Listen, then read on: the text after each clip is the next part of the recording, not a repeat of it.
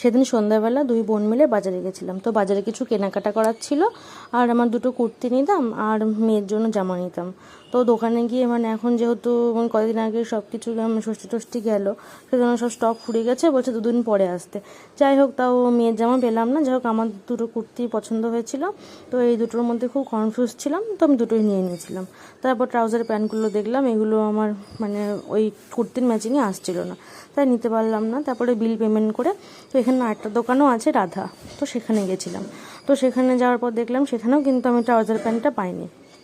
তারপর দেখলাম ওই বাথরুমের সামনে যেই পাপোশগুলো, সেগুলো বেশ খুব পছন্দ হলো, তো সেগুলো নিলাম। তারপরে আমার বোন কিন্তু কোনোদিনও কুর্তি টুর্তি সব কিছু পরে না, তো দেখছি ও একটা গায়ে লাগিয়ে দেখছে, তো আমি সঙ্গে সঙ্গে ভিডিওটা নিয়ে নিয়েছিলাম। যাই হোক, তারপরে তারপরে ওখানে ও খুব হেসে ফেলেছিলো দেখে। তারপরে ওখান থেকে বাড়ি আসার পথে একটু ছবি টবি তুলে নিলাম, তারপর বাড়ি চলে আসলাম।